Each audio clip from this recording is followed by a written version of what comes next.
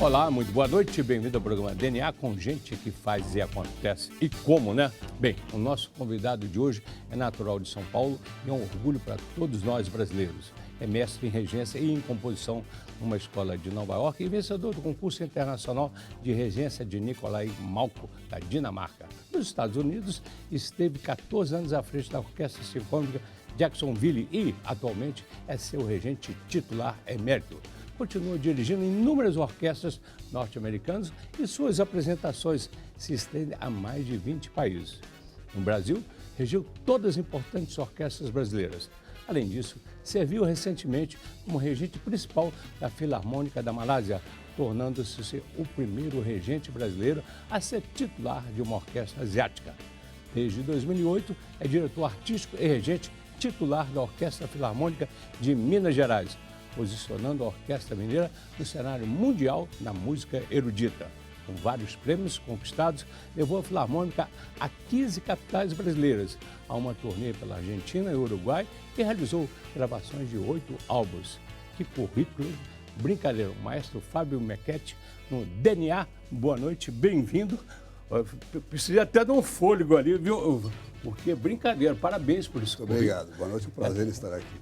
Essa história é bacana e parece que a música aí veio no DNA literalmente, não veio? Filho de peixe, peixinho, não é essa história aí? Filho e neto de músico, de maestro. Filho, pai, né? Pai e avô. É mesmo? Maestro do Teatro Municipal de São Paulo, principalmente no ramo da ópera, né, que era o métier deles, então eu já desde criança já fui exposto ao vírus da música, ao DNA, prefiro o DNA, que acho que DNA, né? É mais interessante. Mas como é que é? Vamos passar essa história do DNA. Vem mesmo assim, você já nasceu cantando, encantando? Não, a batuta na mão? Eu acho que não, mas logicamente que quando você é filho de músicos, o seu ambiente musical, um ambiente familiar é repleto de música, né? Então, desde menino eu já ia para o Teatro Municipal, cantei papéis de crianças em óperas, cantei em coros de ópera para criança também, estudei piano e assim vai, né?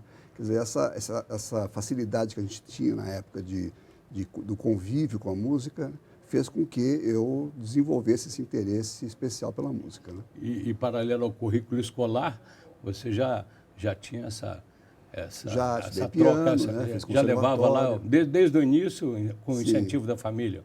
Incentivo para estudar, mas na verdade profissionalmente minha família não incentivou muito, porque a vida de música é muito difícil, né? Tendo pai e avô como exemplos. Então, foi natural que quando que são eles? Desculpa que tem o pai e o avô citando.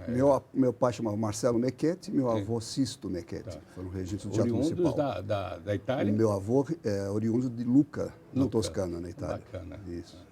Mas por serem justamente músicos, eles não quiseram que eu seguisse. Repete que não gravei bem o nome. Marcelo Mequete e Sisto. Sisto foi Mequete, isso, né? Bacana. Mas e ele veio da Toscana, sim, veio para cá? Veio entre as duas guerras, né? Veio se estabeleceu em São Paulo, depois ele se tornou regente lá do Teatro Municipal. E meu pai seguiu, e eu também, depois, por 2, 3 anos, eu fui regente de coral do Teatro Municipal também de São Paulo. Mas a dificuldade aqui, qual foi a dificuldade? O que pegou mais aí? Na carreira? Não, no início. Aí do que no início é justamente a dificuldade que é se fazer música no Brasil profissionalmente, ainda mais naquela época, eu acho que era muito difícil, né? Tanto é que quando eu fui para a universidade, eu fiz jornalismo por 2 anos na ECA. Ninguém é perfeito. Ninguém é perfeito. Não que seja uma profissão até tão melhor que a música, mas eu gosto muito de escrever também, então. Mas depois a força da música, né? Aquilo que você quer fazer mesmo, se expressar, é muito forte e eu resolvi então me enveredar mesmo pelo caminho da música. Tá. E era o rígido a educação, pelo menos, se não tanto na música, apesar de filho e netos de músico, mas na escola, como é que era a história lá? Também, a escola eu sempre fui bom aluno, meio CDF, para falar a verdade. Então, estudei em São Paulo, principalmente. Eu tive a chance de estudar numa escola muito boa, que era o Colégio Vocacional, que era uma escola estadual em São Paulo, que na época era uma escola que oferecia não só o ensino normal, mas tinha música, tinha teatro, tinha artes plásticas, tinha artes industriais, quer dizer, você tinha esse convívio muito grande com outras formas de arte, buscando a sua vocação, né, praticamente. Isso me deu embasamento que depois foi mais fácil decidir o que fazer no futuro. São Paulo, o que você mais trouxe no seu aí, diário de bordo, aí na sua bagagem? O que você tem da infância assim, que foi marcante? Eu acho que São Paulo, mesmo naquela época, já era uma cidade que tinha muito a oferecer do ponto de vista cultural, né? Então, essa possibilidade que a gente tinha de ver grandes maestros, grandes cantores que vinham de ópera, solistas, né? Isso tudo para mim, nessa área que eu mais me interesso, era realmente uma oportunidade muito boa de ter esse convívio com essas pessoas. Você ficou em São Paulo até que idade? Até os 23. Estudou, 23. aí fez o... Terminei, eu saí, fiz o Unesp na universidade, né, bacharelado, e depois eu fui fazer minha graduação nos Estados Unidos, na Juilliard School, em Nova York. E já foi direto? Foi. Primeiro emprego, foi na música, não? O primeiro emprego foi na música, foi com um professor de conservatório que eu me formei, já com 16, 17 anos, já estava trabalhando e passando a outros aquilo que eu tinha aprendido. Depois também, como eu tocava piano, né, eu fui muito... comecei como regente assistente no Teatro Municipal de São Paulo, preparando cantores para a ópera, etc. Mas sempre foi na música, eu nunca tive um emprego fora da música. E tinha preconceito por ser músico, pela sua predileção ou não? Não. Rolou tranquilo? Não, eu acho que não. Acho que a música...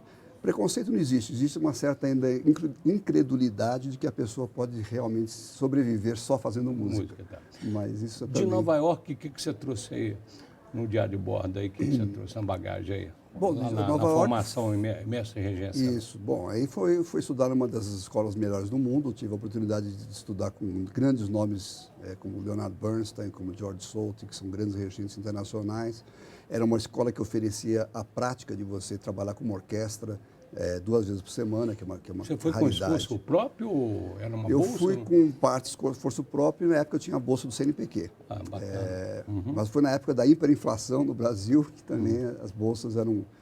até hoje eu lembro de marcar no caderninho, né, o coxinha de frango, marcando um por um para a gente poder... Eu já fui casado na época, então... Já foi casado? Já casei cedo, e até hoje estou casado com a mesma mulher. Com quem é? Como é que ela chama? Chama Aida. Aida. Aida música Ribeiro, também? pianista. Ela foi estudar piano lá na Juilliard também. Bacana. Mas a gente já foi casado, mas a vida... olha aí.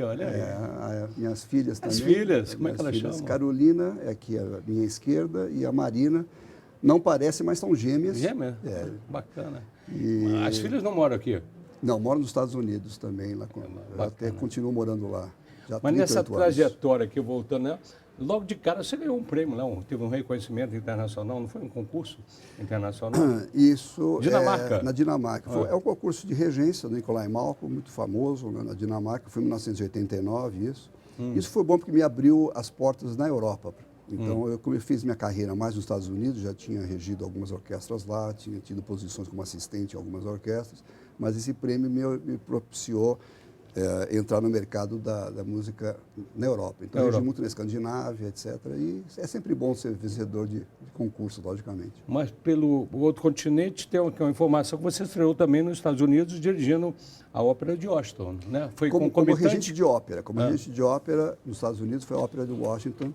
Isso foi, mas eu já tinha sido assistente da Sinfônica Nacional de Washington, com Rostropovich, que é um dos grandes nomes também do cenário musical internacional. Mas como regente de ópera nos Estados Unidos, foi na Ópera de Washington mesmo. Jacksonville, 14 anos? 14 em Jacksonville, 11 em Spokane, 11 em Syracuse. Quer dizer, já fui regente de 4 orquestras americanas. Tá. Uma pergunta curiosa aqui, até da nossa diretora Fantini aqui. Como é que você conciliou? Porque você continua dirigindo aqui dados que ela apurou com a sua equipe, inúmeras orquestras norte-americanas, convidado frequentemente em festivais de verão, e, ao mesmo tempo, aqui pelo Brasil. Né? Porque os calendários não são, por exemplo, o calendário de lá, as férias é julho e agosto, e aqui é janeiro e fevereiro. Então, justamente nesses meses de férias das orquestras, não são férias para mim, logicamente, eu consigo ainda reger algumas orquestras fora daqui. Né? 20 países teve aqui, ó. Eu não contei, alguém contou por mim. Alguém contou ali, aqui a Fantini está contando aqui no ponto do ouvido. Aqui. Itália, Japão, entre outros. Né? Isso. E qual é a sensação de você encantar aí fora do país? Não, Aí eu é acho- diferente não, daqui? Como é que é? Não, acho que o ponto de A vista... emoção é maior? A vantagem é que a música é essa língua universal, né? É. Então, qualquer lugar que você vá, você consegue se comunicar com japoneses, com italianos, com malasianos, né? Porque a força da música é o que vende mesmo. O profissionalismo dos músicos das orquestras é sempre também de alto nível. Então, e essa linguagem que a gente tem do regente, que é uma linguagem de gestos, né? Ela é entendida tanto aqui no Brasil quanto pela orquestra japonesa, pela orquestra italiana. Então, Tem diferença assim, obviamente você deve ter um orgulho de fazer bonito e como faz, e com reconhecimento. Mas você também, por outro lado, aqui para o Brasil, você rodou tudo aí, regendo aí. Tem diferença aí da emoção? Da emoção do público, por exemplo, ou minha? De sua, pessoal? Não, é lógico que eu fiquei muito tempo fora do Brasil, né? E eu confesso que a minha maior emoção, o maior orgulho no momento é ter construído a Filarmônica de Minas Gerais. Opa, eu ia chegar lá agora aqui, né? Essa que é a grande emoção que ainda me anima muito e me entusiasma. Então vamos aterrissar aqui na terrinha, aqui né? Primeiro, a partir de quando? A Filarmônica? Bom, a Filarmônica estreou em 2008, mas eu cheguei em 2007, um ano antes, que é para fazer todos os preparativos. Né? Fui convidado. E foi um processo de seleção de músicos no mundo inteiro, né? Um processo burocrático de construir toda uma agenda, todo um processo de sustentação da orquestra. Né? E aí a sua função também não era só essa?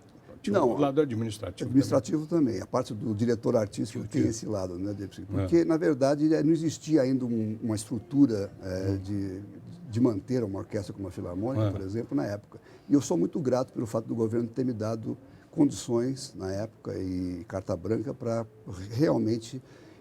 o interesse do governo era querer uma grande orquestra, uma orquestra que desse orgulho aos mineiros, e isso a gente não consegue por decreto, né? A gente e foi um consegue por muito momento... trabalho. No primeiro momento, se foi mal entendido ou não, que a orquestra sinfônica estava sendo partida ou não. Como é que foi essa transição aí para se criar a Filarmônica paralelo à orquestra sinfônica ligada à Fundação Cláudio Salgado? Então, é que a intenção na época do governo era que a Sinfônica passasse a ter um modelo de gestão independente do regime estatutário, né, estadual, através do regime de CLT. E, na época, houve pouca adesão dos músicos para essa proposta, né, por vários motivos, né, não cabe o caso aqui de discutir isso. Então, o governo decidiu construir uma outra orquestra dentro desse modelo com outros talentos, com outros músicos, etc. E hoje a Fundação Cláudio Salgado tem ainda a Sinfônica, que primordialmente trabalha com as óperas, trabalha com... Paralelo a isso, o que é? Você tem os talentos mineiros aí, são muitos? São muitos na orquestra. Nós Há temos espaço, hoje, há espaço? Sim, logicamente. São 90 músicos que nós temos hoje na Filarmônica. Né? 90? E dos quais eu não sei ao certo o número de mineiros, mas temos 28 estrangeiros, o restante são todos brasileiros, de várias partes do Brasil. As audições são feitas por trás de um biombo, a gente nunca sabe quem é quem, se é homem, se é mulher, se é velho, se é mineiro, se não é. Então, o que importa é o mérito, né? A qualidade do músico em si. Muito bacana. Agora, a manutenção fica por conta do governo ou tem uma associação hoje também da Filarmônica? O modelo nosso é híbrido. Nós temos repasses do governo e também captamos via Lei Rouanet, via bilheteria, patrocinadores. Isso tudo é muito importante para que a gente consiga não só manter um grupo de qualidade, como também uma programação de qualidade, né? Com artistas internacionais e a tudo casa mais. propriamente dita, hoje dentro de um contexto maravilhoso, né, inclusive, né? É digna hoje de uma das melhores do Brasil, com certeza, eu acho que é uma das melhores do mundo. Eu acho melhores do mundo. A Sala Minas Fala um Gerais, pouquinho sobre isso. não é porque eu estive envolvido com o proceção, mas todos quando que vêm você chegou, aqui... Desculpe interromper, mas quando você chegou, estava em construção ainda? Não, já estava concluída, né?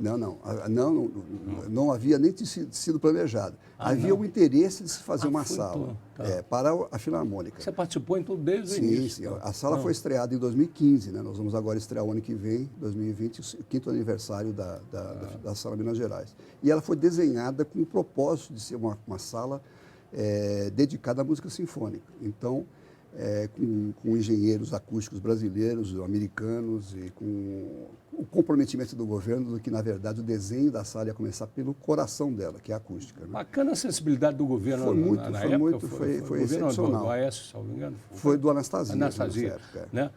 Com a sensibilidade, acho que é a cara da Anastasia que tem uma...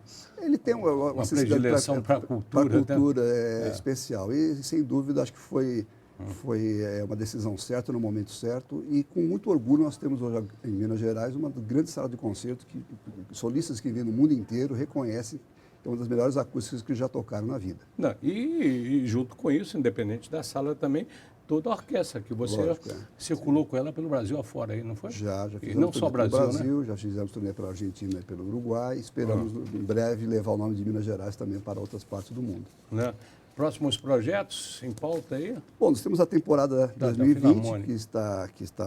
já foi anunciada, né, que estamos na fase de renovação das assinaturas e esperamos que novos assinantes se juntem a nós, né, a partir do ano que vem. O ano que vem é um ano especial que são 250 anos de Beethoven. Opa. Então vamos fazer uma exploração mais profunda das obras dele, além de outros aniversários. Então continuamos aí na ativa. Gravações internacionais com a Naxos também. Olha que bacana também. Então, a orquestra também sai da sua própria casa? Sim. Vai ao povo? O artista tem que ir onde que vamos. É uma dizia missão. Milton aí, não, onde que o povo... Pois é uma missão nossa desde o princípio. A gente vai a concertos nas praças, turnês Itinerante estaduais, tocamos em várias cidades do interior do estado também, né? E sempre com a vontade de dividir o valor e a beleza da música clássica sinfônica com o maior número possível de pessoas. E você já se sente mineiro? Se sente literalmente em casa? Olha, eu nunca fui muito paulista. Aliás, eu não gosto de São Paulo. Eu espero que não se sinta assim. Mas eu gosto muito do mineiro, assim, dessa mistura de timidez e um certo sarcasmo que eu acho que os mineiros têm, que os paulistas não têm. A patroa já está em casa também? Se sente em casa? A patroa mora ainda nos Estados Unidos. Ah, né? mora lá ainda. A gente mora ainda lá. Então, nós estamos há 38 anos lá, que é difícil deixar a maior parte da nossa vida foi passada lá, né? E as filhas nasceram lá também, tudo. E o que falta alcançar, então, aí dentro dessa construção desse templo da cultura aí? Embora a gente tenha ainda toda essa história de resultados que a Filarmônica tem, de orgulho que tem dado a todos, eu acho que o grande desafio ainda é a consolidação desse projeto. Eu acho que é importante que as pessoas reconheçam que tanto a sala quanto a Filarmônica foram frutos de um trabalho muito intenso, muito sério e que necessita de constante atenção. Então, esse é o nosso grande desafio ainda, do ponto de vista dos patrocinadores, do público em geral, né, do governo, logicamente, para que não se deixe perder essa oportunidade única que foi de termos uma orquestra de nível internacional aqui mesmo em Belo Horizonte. Bacana. Eu vou chamar um intervalo comercial e a gente continua com esse belo case de sucesso, não só o seu, como também da Filarmônica. Já, já.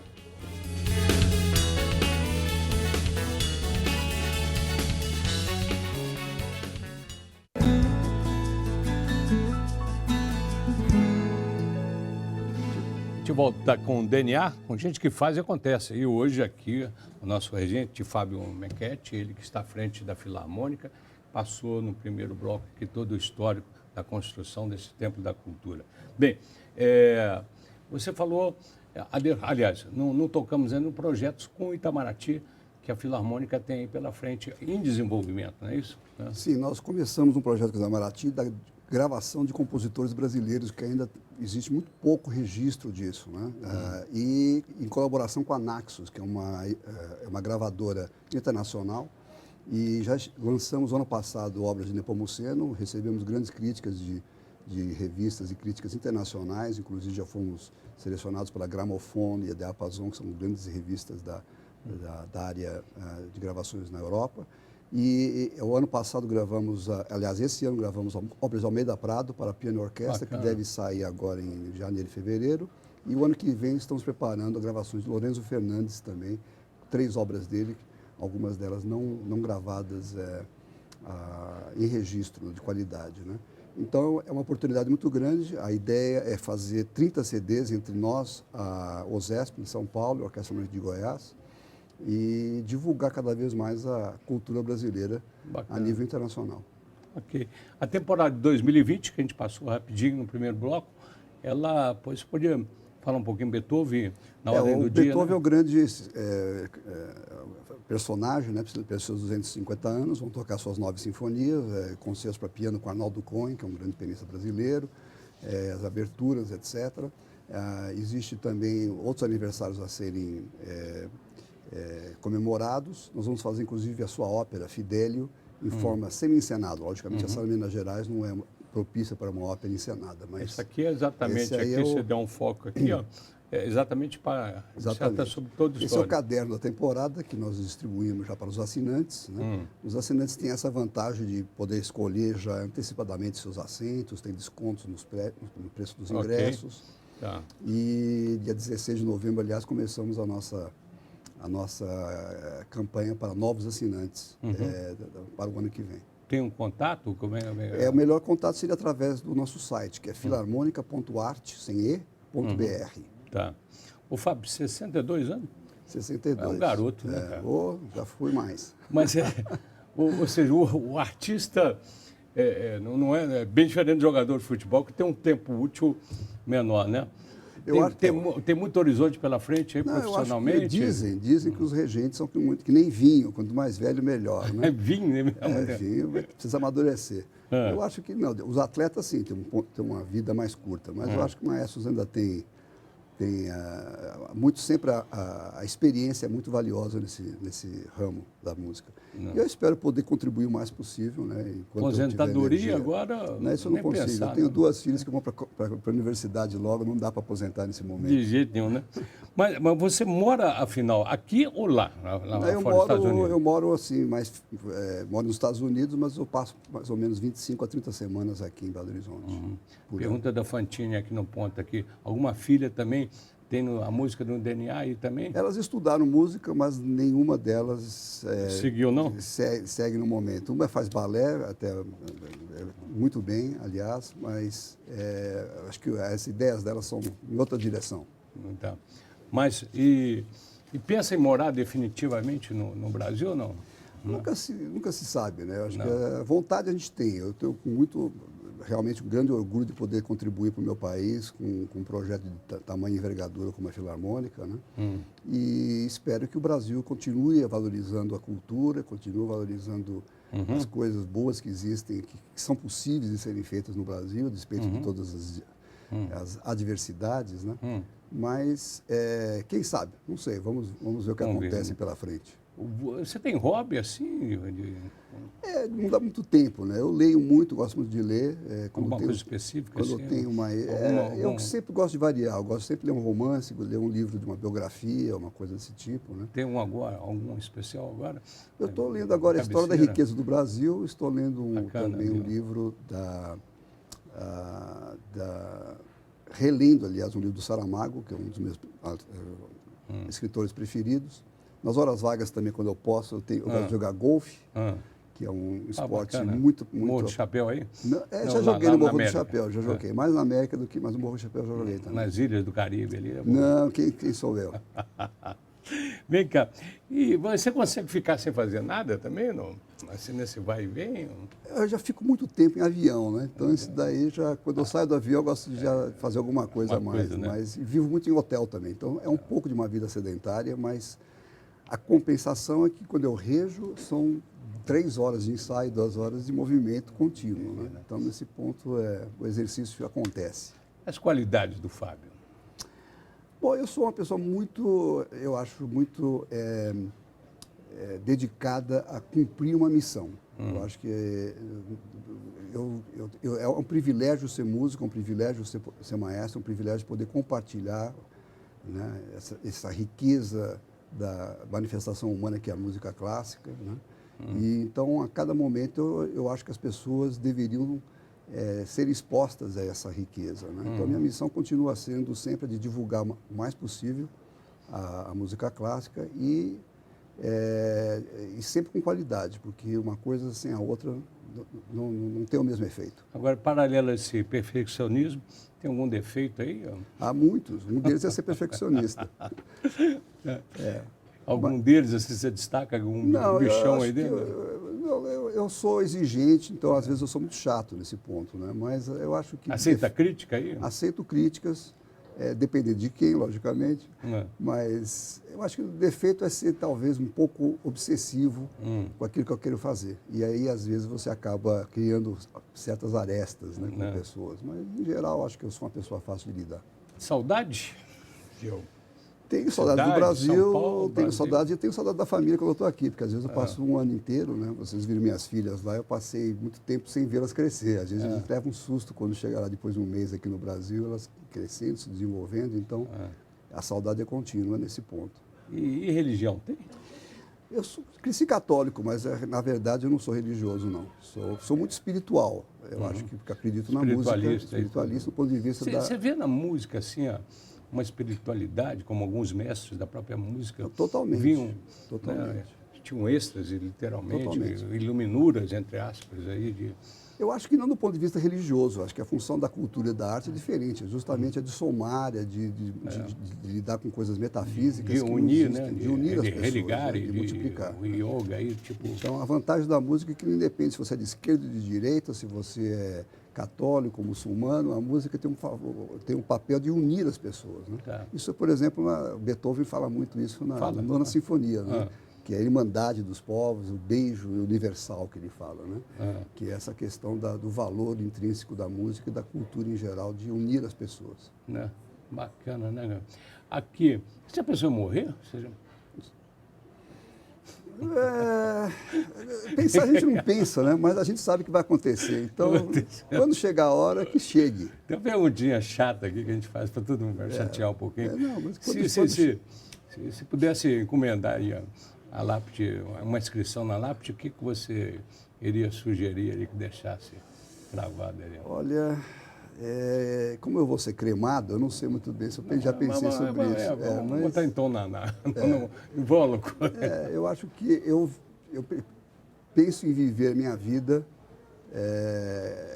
com aquilo que eu seria talvez uma coisa assim mais ligada com música, né?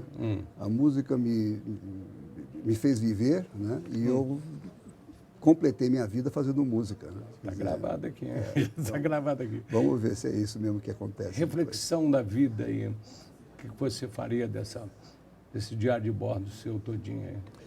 Eu acho que é justamente uma questão de resultados. Eu acho que você, seja qual for a missão da sua vida, o importante é deixar resultados, deixar alguma coisa por trás que as pessoas possam se beneficiar com isso, né? Tá. Então, eu acho que independente do ramo que você faz, isso é o essencial. Tá. Eu queria terminar você fazendo mais uma convocação aí para essa temporada de 2020, sim. Né? Reforçando aí e então, colocando, falando onde que pode. Ótimo. Então, convidamos os nossos assinantes e aqueles que ainda não conhecem a Sala Minas Gerais da Filarmônica para comparecerem a nossos concertos, né? Quase toda semana a gente tem concertos. Praticamente subsidiados, né? Porque o preço é ínfimo. Né? O preço é bastante razoável, né? Comparado com outras coisas, como esportes, por exemplo, é muito razoável. E daqui você tem a vantagem da meia entrada para muitas pessoas, né? Então isso daí realmente não é um empecilho de forma alguma. E a temporada 2020 está disponível no nosso site, filarmonica.arte.br, para consultas a partir do 16 de novembro para novos assinantes. E esperamos que todos tirem proveito desse grande arsenal cultural que é a Filarmônica e a Sala Minas Gerais. Parabéns pela sua trajetória, em nome da Band Minas aqui. Vida que segue. Obrigado. Obrigado com Deus aí. Obrigadão.